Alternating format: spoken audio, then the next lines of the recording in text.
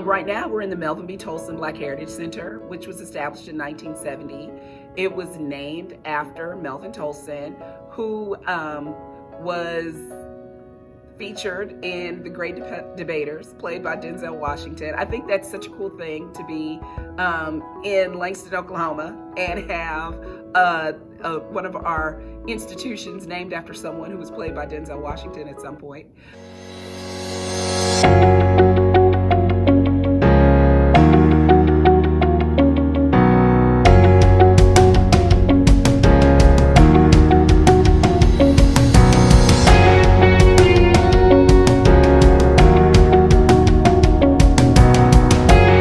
It's really neat to go through the archives at Langston University, but the Melvin Tolston Black Heritage Center is the largest collection of African artifacts in the state of Oklahoma.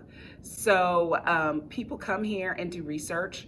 Really, they've come from all over the country. We get calls all the time because there's certain things that are in this center that you can't get anywhere else.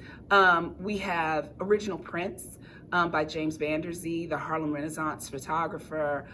We have artifacts that go back 200 years from all over Africa. So you can find pieces from Ghana and Nigeria and South Africa.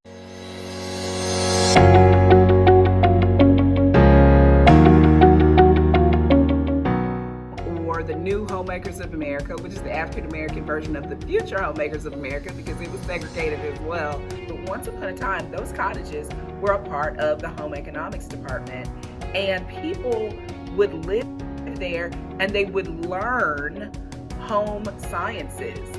They would learn to cook, they would learn to sew, and how to really keep a house. And so that was one of your rites of passage as a home economics major.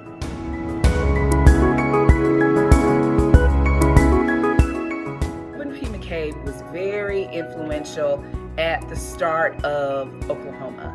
Before Oklahoma was a state, we had people like Edmund P. McCabe who was advocating for not just one African American town, several African American towns.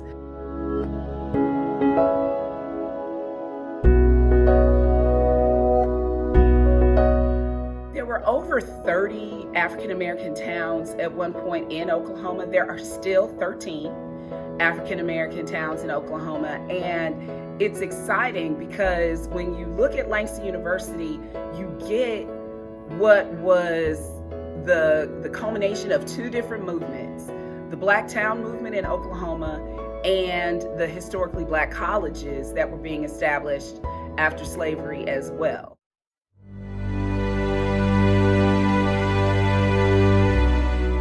Second Morrill Act that came out in 1890 really was the land grant. It's the one that came around to help to establish what we consider land grant institutions now. So some of those institutions are schools like Langston University, Prairie View, I think Alabama A&M. And one of the reasons that was established was because so many states did not have universities that they would allow African Americans to attend. And so this Land Grant Act allowed for states to establish those HBCUs, especially in these agricultural areas.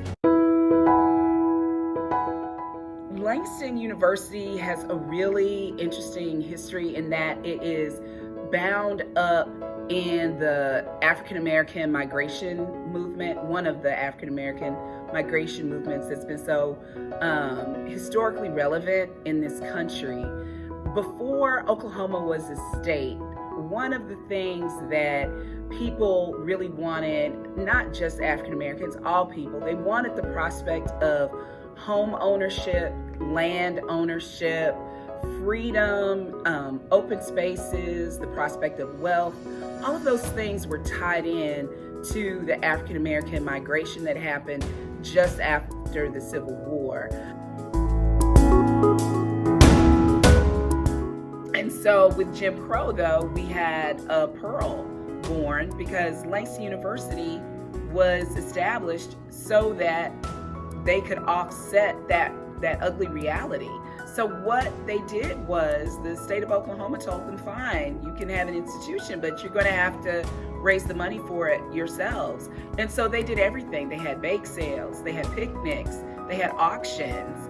They donated some of their own property just so their children would have a better lived experience than they had had. For Oklahoma was so influential because you had so many people who were contacting their families, and they would come here in waves. When people moved to establish these black towns, it was whole towns in places that were moving to Oklahoma.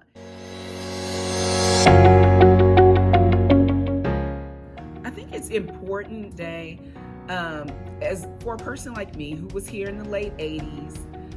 In the late 80s, I was not concerned with how everything came to be. I was given the luxury of inheriting something that was already great once I got here. So the bake sales, that the people who had just, left slavery 30 years before, that was of no concern to me. People like Emmett Page, who had to buy his freedom and, was trying to find African-American teachers that he could put in his classroom, that was not an issue for me. The strike in the 70s that had happened just 15 years before, those sacrifices that all of those people made that I didn't have to make, I got to inherit and live in what they were working for. They were working for people like me and my friends who would just go on to enjoy football games and watch the band and become alumni and go see our team when it performed in some other state. That was so fun to get to go to the Georgia Dome and watch the Langston University Lions. Those were things that they couldn't have even dreamt of. And all the research that would happen here on campus, those were all things that those people could not have dreamt of because they had to get it established. They got it established, they went through the struggle, and we got to reap the benefits of that. And they are the descendants of the people who came together and helped shape, form, fundraise, advocate for what we know as Langston University today.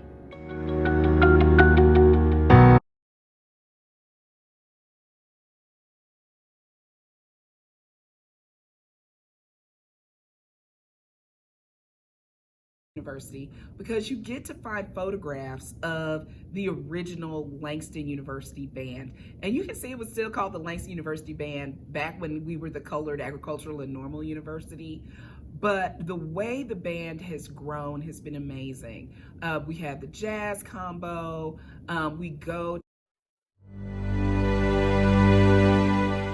People who came to the city of Langston decided that they were going to have higher education for their children, and that made all of the difference in what was going to happen with the town of Langston. So very soon there were dorms. They had their first school. Their first classes were actually in the Presbyterian Church.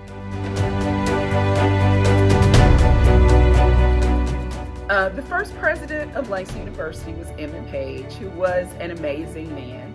He was born into slavery, and he bought his freedom and the freedom of his family, and went on to become president of a university. And he was a person who decided, you know what, we're going to educate African Americans to the point that they can be our educators, because he wanted African Americans teaching in his classrooms, not just attending class in his classrooms.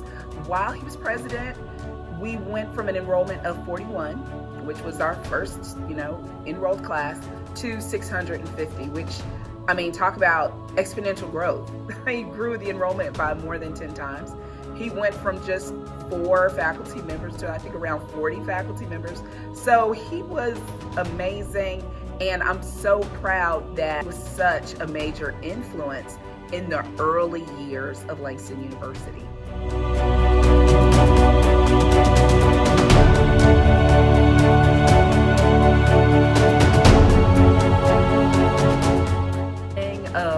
University's founding, it was also a normal school. That's what the N was, agricultural and normal. So from the beginning, we wanted to create teachers. And so anywhere you go, not just in the state of Oklahoma, but all over the country, you will meet Langstonites and people who came through Langston University, and so many of them who came through Langston University and became teachers.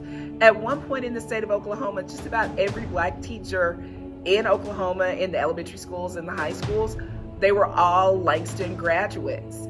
Some of the big names you hear that went on to become teachers that are big historical names in the state of Oklahoma, those are people who came through these programs. People like Nancy Randolph Davis, Clara Luper, they all were graduates of this program. And I'm really fond of the program, of course, because my mother was Dr. Wesleyan Alfred Simpson, and she was dean of the program for years. And schools would come in, they knew they were going to get high quality, well-trained teachers from Langston University.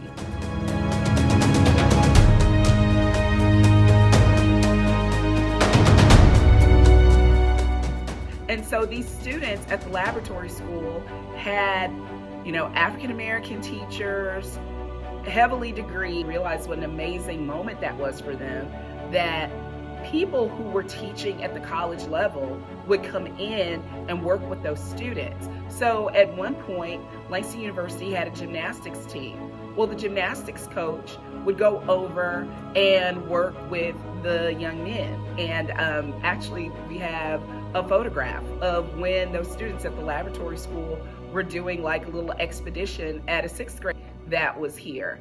The other thing they had a full art department on campus. And so the art teachers, and one of whom is, I know, still living, he owns the Owens Art Gallery, Wallace Owens, he would come over and work with the students. They all wanted for their children to have an opportunity to go to college. They wanted a college education, high school, elementary school. Some of them had never been to school. And so they advocated for an institution.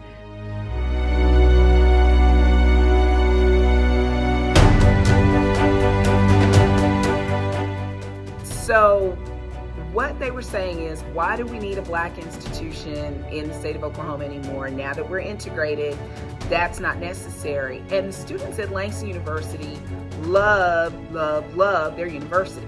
And so you had people who were alums in other states who drove in, and they really did this sit-in and demanded that they keep their institution.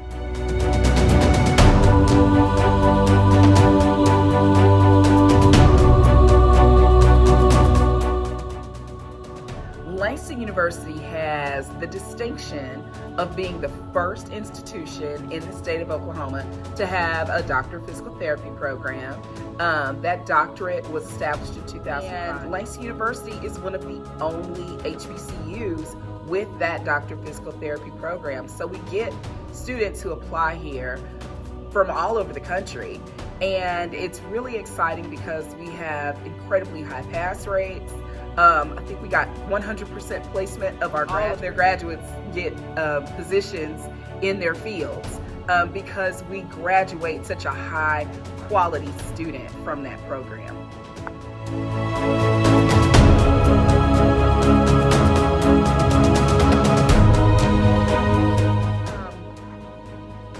It's really exciting to work at an HBCU because there's so much focus on the students and the teaching aspect that a lot of people forget that you still have these faculty members who have great research ideas and participate in research programs. So from the beginning, you had people, I'll say it like my dad, who worked at the National Science Foundation in the early 60s on a research project here. And today we have an amazing program that we're doing with NASA that is focused on research. It's really nice to have that view when you see how important that is to students and how much it impacts students, that they have faculty members that are so focused on them, so focused on what's going on in the classroom, but still give them those opportunities with places like NASA, with the USDA, United States Department of Agriculture, or with the National Science Foundation, that really gives them a full picture of what their careers in some of these science, chemistry, biology, agriculture research areas could be once they've graduated from the institution.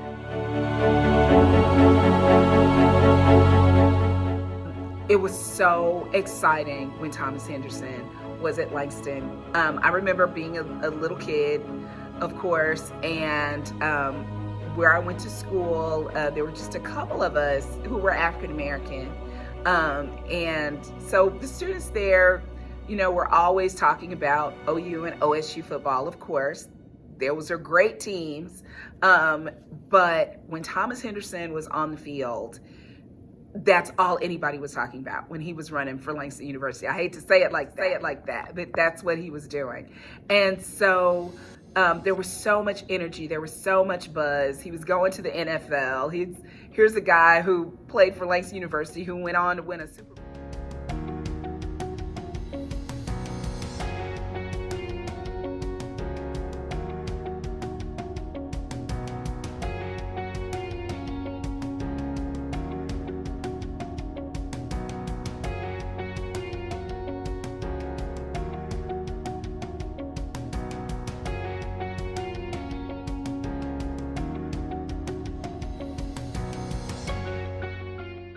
That's really important to Langston University athletic history is Zip Gales, and we have our gymnasium named in his honor. He was here from 1930 to 1958. In 1941, he won what was called the Vulcan Bowl in Atlanta, Georgia, by beating Morris Brown College, and they were the #1 HBCU football team in the country that year. So it's really exciting to look at the legacy Zip Gales left behind.